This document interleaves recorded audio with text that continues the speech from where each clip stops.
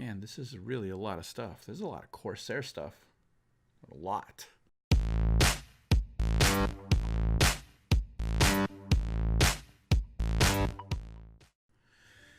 Hey guys, this is Rob, and today I'm going to be talking about building a PC. I haven't built a PC in over 6 years. That's false. I haven't built myself a gaming PC. That's false. I haven't built myself a real dedicated gaming PC for me in over 6 years. I built one for a cabinet, an arcade cabinet that's running Street Fighter and other fighting games, but that was a few years ago. But that was kind of a mid-level, kind of entry-level, just enough to get 60 frames per second on fighting games, which doesn't take a lot. But I haven't built a real gaming PC in a long time, and I told myself when the 20 series cards were announced that I was going to jump right on top of that and just kind of go from there. Well, little did I know that the 9th generation of CPUs were coming out from Intel, and so that kind of went together, and then I just went down this rabbit hole and ended up with all this stuff here. I ended up with a lot of Corsair RGB stuff, and we'll go over that in the end because it's totally stupid and unimportant, and I'm a little bit embarrassed that I kind of got sucked into that RGB stuff. And yeah, that's crazy, but I want to focus on things that matter. So what my goal was, it was to build a fast gaming PC that I guess if we were going to rate out of 100, it would rate somewhere maybe between 93 95 out of 100. I didn't buy any server parts. I'm not doing SLI, but there are certain parts that I was just not going to compromise on, even though there is some diminishing returns when you get really high-end parts. And other stuff I was willing to compromise on because it just didn't really matter that much. So I researched the shit out of all this stuff for months, and I figured this is a good time to share it with you because you know, Christmas is right around the corner. You may be viewing this after Christmas. Maybe you have Christmas money or New Year's money, or you're just interested in getting a new PC around this time. And I think really when you have a new generation of hardware come out, that's a great time to build a new PC, even if you don't get the latest parts, because the used to be fastest parts that are now just one generation behind get discounted heavily. My friend Taylor picked up a pretty good 1080 Ti card. I mean, just a couple of months ago, it was the fastest thing available. And he picked it up for just like a fraction of what they were going for. I mean, granted, GPUs were just dumb expensive in early 2018, but it just goes to show, like, technology, like, these things are going to be, they've already announced a Titan, a $2,500 Titan. So I haven't even put this in my machine yet. I haven't put my machine together yet, and it's already going to be outdated pretty soon. So yeah, it's just the way it goes with technology. So yeah, and that's another reason, plus like skills and time, that the production values of this are going to be kind of low, because I just want to get this out there. This information is just, yeah. Anyway, so I'm going to start. I've already talked a lot, ramble. I do that. I'm going to start with the core components.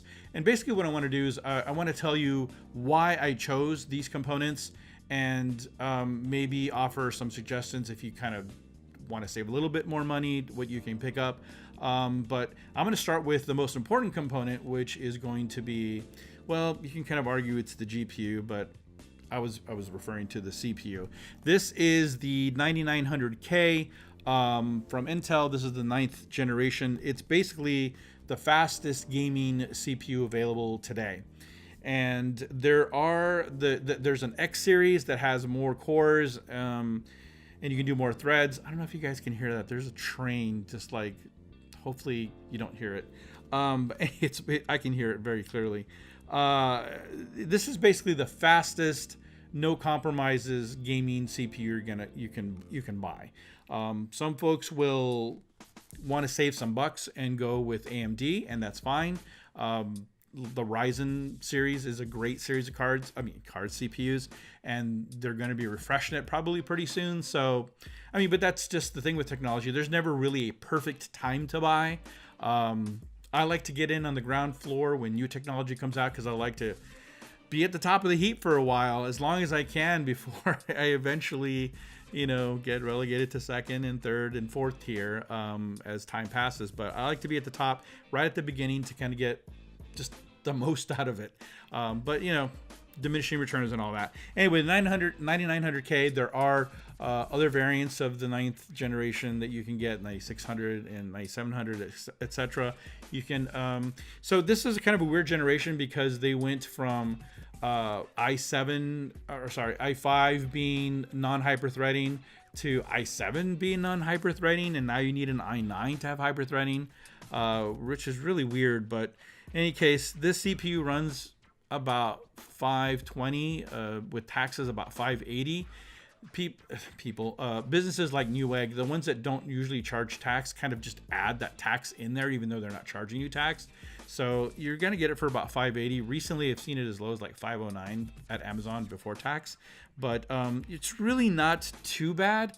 You can save some money, go cheaper, but I would rate this probably, if I'm gonna rate the parts out of like 100, I'd probably rate this like a 99, honestly, maybe a 98, but it's pretty dang high. So I didn't want to compromise on the CPU. I highly recommend that if you have the money, and you know, this is not an unlimited budget. I am on a budget, it's just a higher budget. If you have the money, definitely go for the fastest CPU and GPU that you can afford, followed by the best memory. I think those are really the core products. The motherboard's kind of, you know, it's important if you're going to be overclocking, but as long as it supports the features that you need, you don't really need to get the highest end motherboard. There's like $600 motherboards out there. I did not touch those.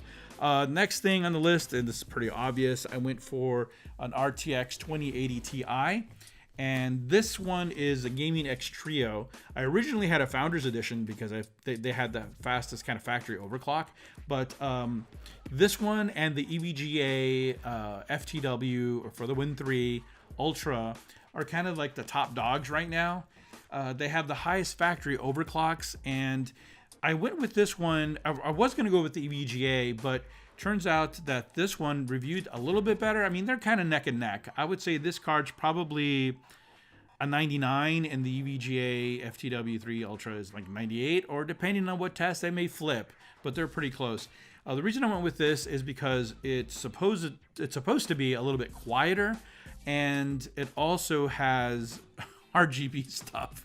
And more importantly, it had the higher factory overclock.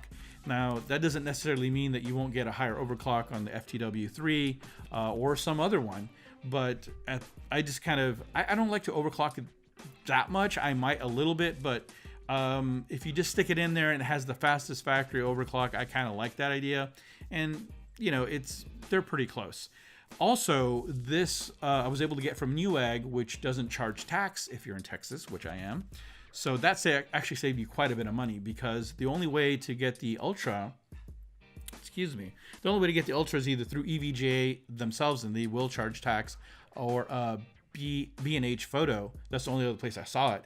And B&H Photo just marked it up to where it was almost the same as paying tax.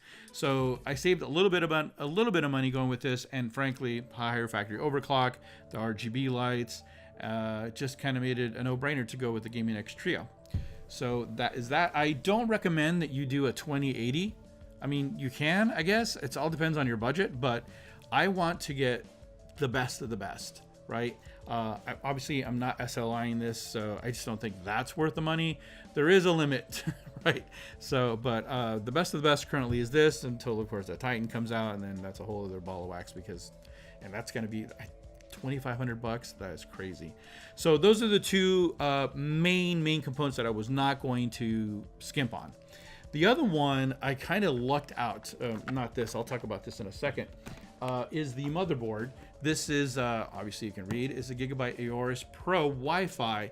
This there were literally 50 Z390 motherboards. Z390, you know, these will actually run on the Z370, which is the previous generation of chipsets. I wasn't going to do that because why skimp? You can actually get those for a pretty good price now because they're clearing them out. But the Z390 boards, there was 50 boards that got released all at once, and it was just a nightmare to go through all of them. There was just no way to tell, and the reviewers didn't review every single model. I kind of fell into this one.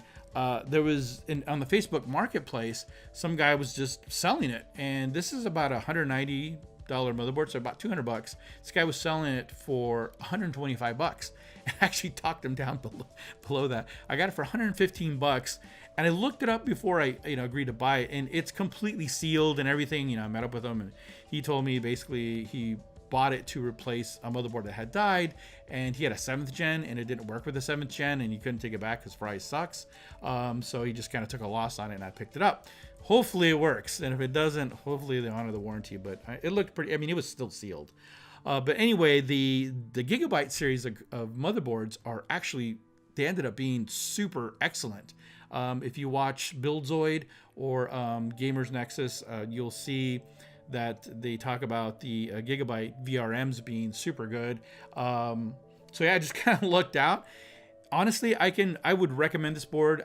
If knowing what I know now, I would seek this board out even if it was at full price.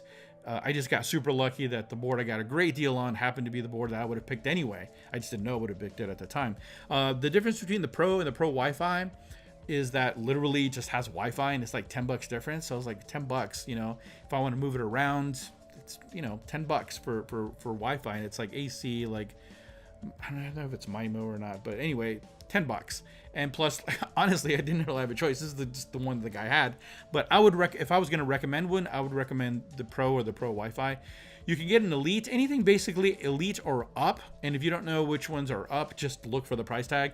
Anything that's priced at the Elite level or higher is going to be great. So I'd definitely recommend the Gigabyte Z390. This is all, obviously I haven't put this together. All my recommendations are based on the shit tons of research and videos I've watched. I don't even know. I was gonna say hundreds, but maybe not that many. Many hours of videos on YouTube. I've read many articles, and this is kind of just the culmination of my research. So yeah, this is the board that I recommend. Now, the CPU does not come with a cooler. And honestly, most people just kind of toss those coolers that came with them anyway.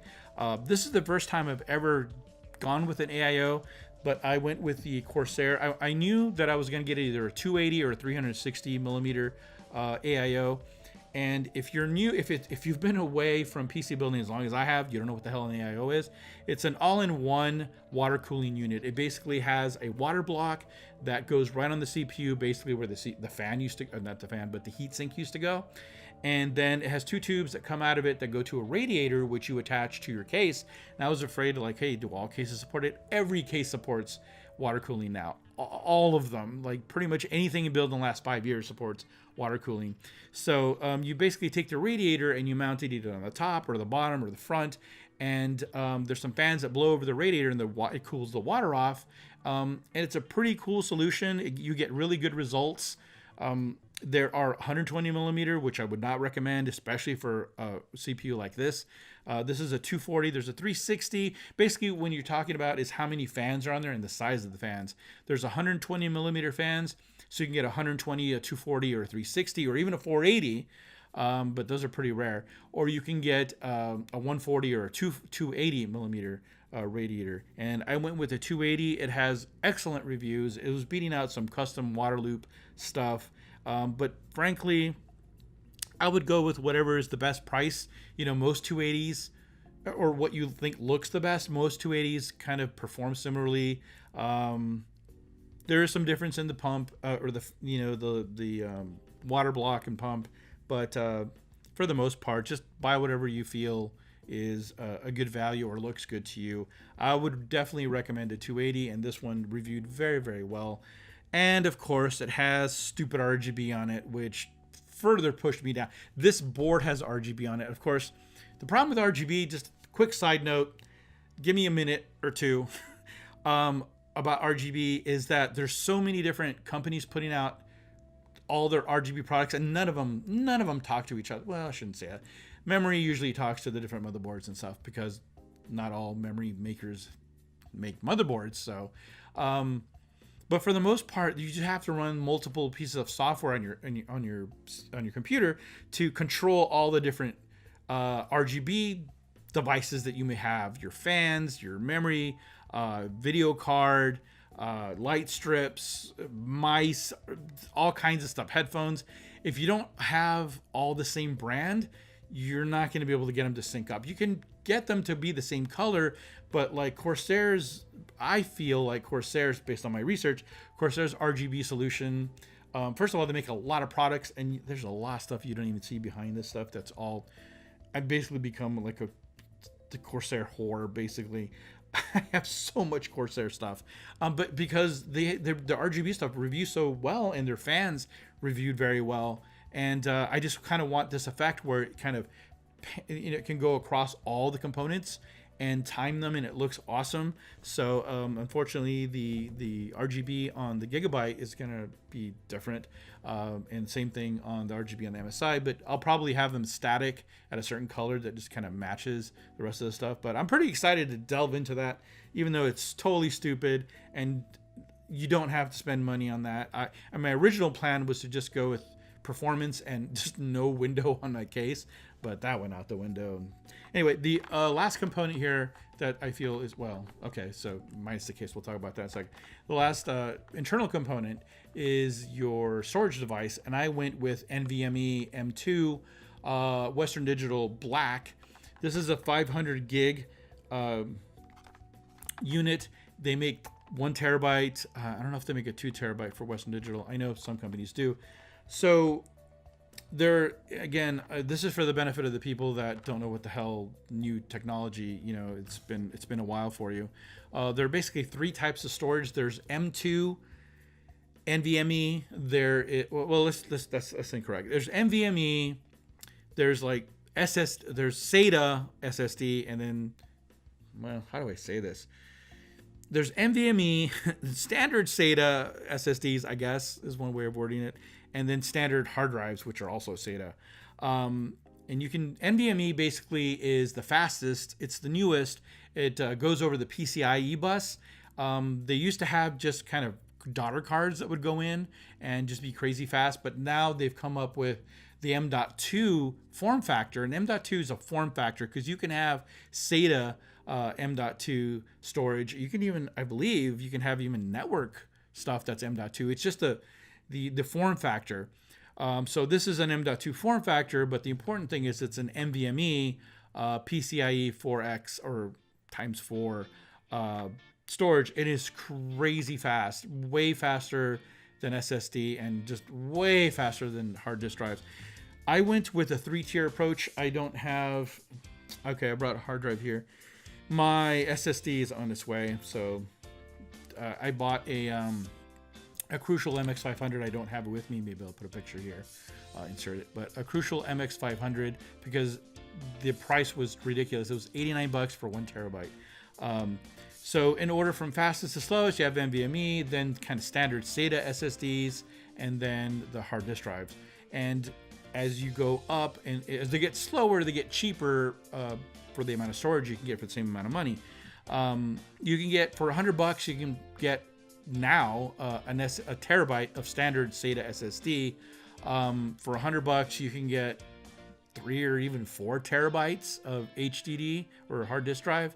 And for, it depends on the brand and stuff, but anywhere from $150 to $200 for an NVMe for one terabyte. So yeah, it just varies. I got this actually pretty cheap. This is 500, well, relatively cheap. It's like $89. So my OS is going to go in here. So I have NVMe for the OS type stuff. Then I have SSD for my games and application storage.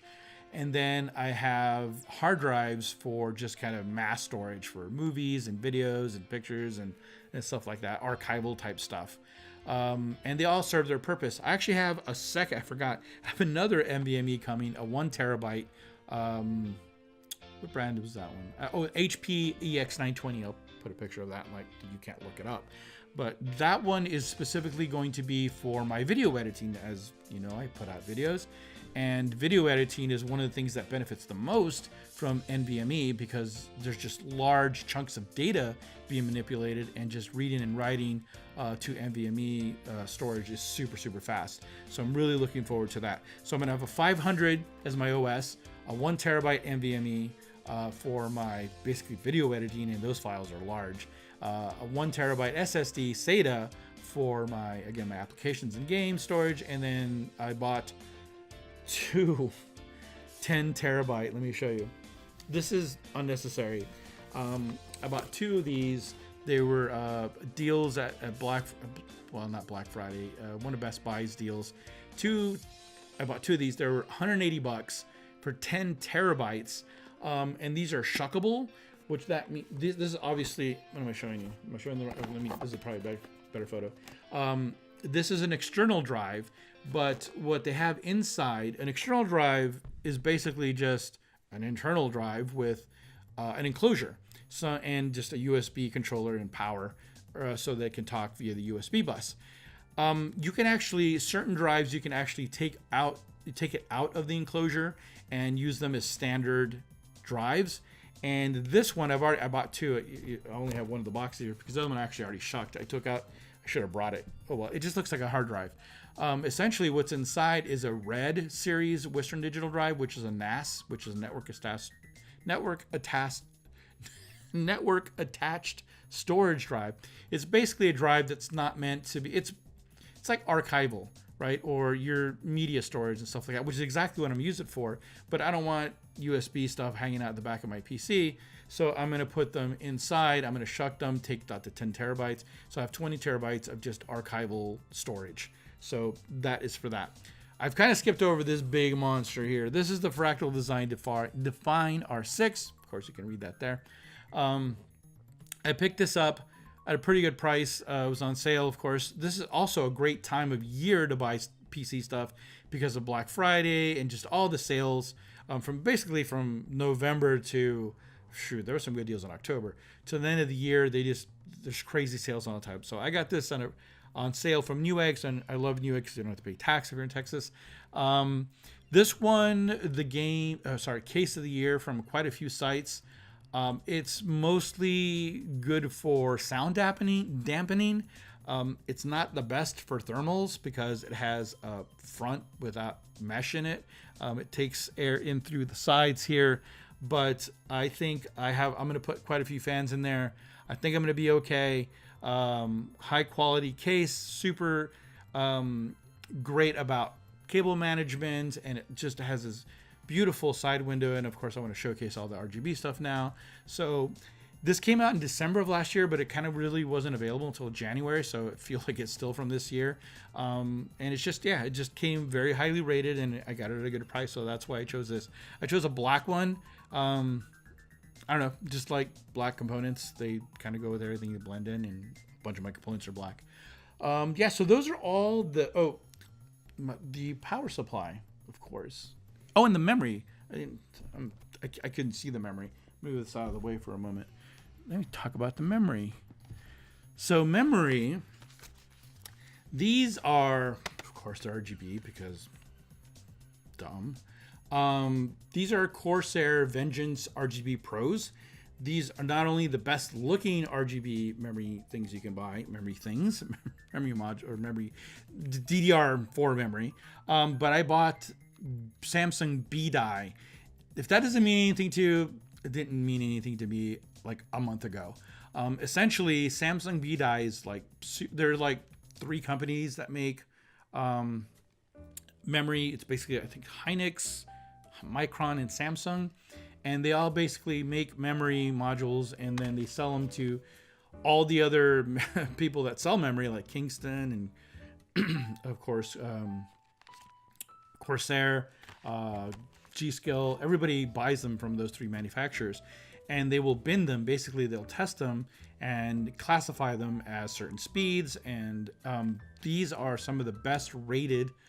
So these are specific type of Samsung memory, and it's really, honestly, it probably affects AMD. From what I read, affects AMD systems more because they're more dependent on the speed of the memory. But I figured, why the hell not? I already have high-end components.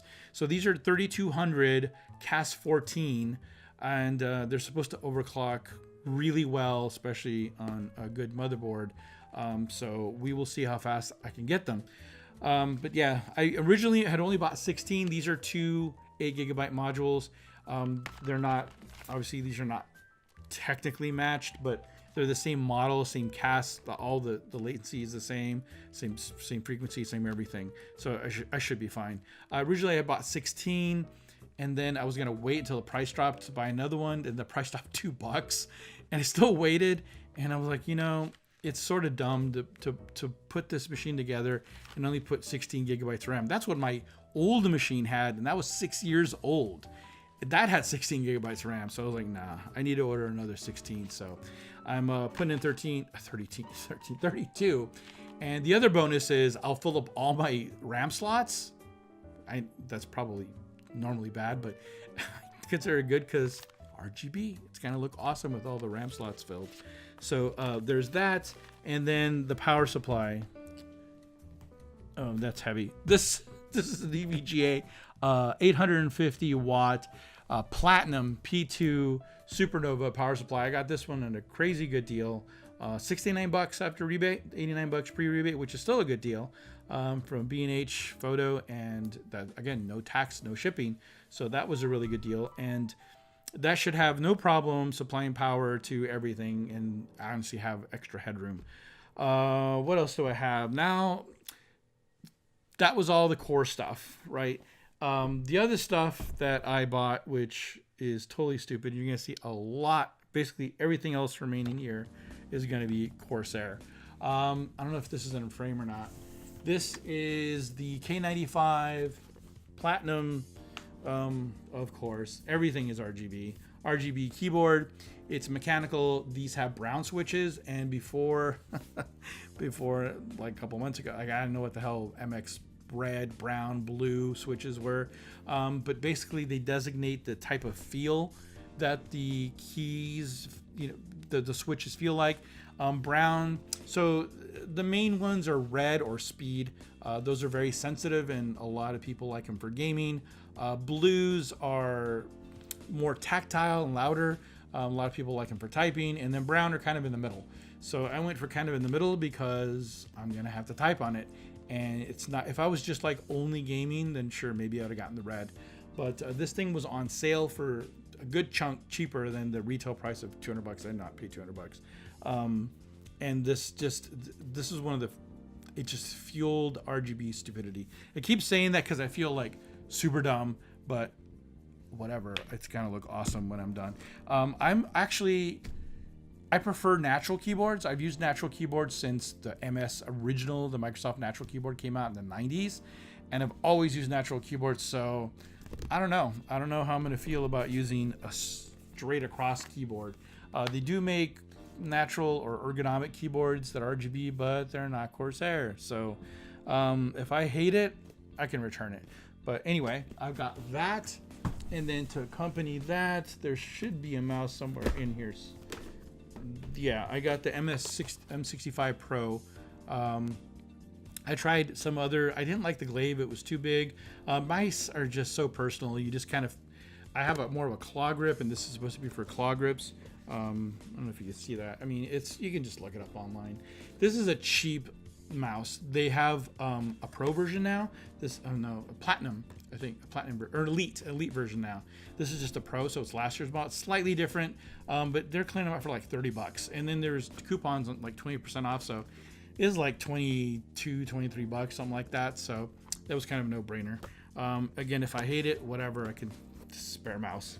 What else I got? So fans, I got a 3-pack of LL120s. The LL series are supposed to, well, from what I've seen and from what I've read, they're the best looking RGB fans, and they happen to be Corsair, of course. And so originally, because this actually comes with different, it doesn't come with LL series fans, it comes with like HD fans. I don't know how I feel about that. I might just replace them with these. I have 3 LL 140s, and my plan is probably to put these on the AIO, replace or on the case fan. The case comes with 3 fans, so I don't know, I'll figure it out. I'm gonna use them all, but these are supposed to be really good, even for, so there's 2 types of fans, ones that are kind of moving air and ones that are like for using on AIOs for radiators, and these actually do really well for both, and so I might just replace those. Anyway, what else do I have? More Corsair stuff. This is the most useless, but one of the things I'm most excited for. It's just LED strips. It's just expansion. So the fans come with a controller hub that you can hook these into and basically synchronize all the lights, even externally with the keyboard, the mouse. The one thing I don't have is a headset stand, which sounds dumb, and it is, but I still want it, but I managed somehow not to buy one. But here's a Void headset. They're clearing these out too. It seems like they are. 65 bucks. It's wireless. They have the wired ones for 50 bucks, but I weighed the, I was like, well, do I want wired for cheaper? Maybe sounds a little bit better, but I don't even play online a whole lot, like first person shooters and stuff. I'll probably just be playing just with my headphones on. And I think that's what is supposed to be slightly better than the wired is the microphone. But I just like the idea of just not, they have great range from what I hear. I just like the idea of not having cables. So I went with this, 65 bucks, not too bad. And this also, of course, syncs with all the IQ software with RGB. And then, well, I said that this is already the dumbest thing, but this is pretty high up there for dumb. RGB mouse pad to actually make them. Yeah. Yep, they make them. So I got that.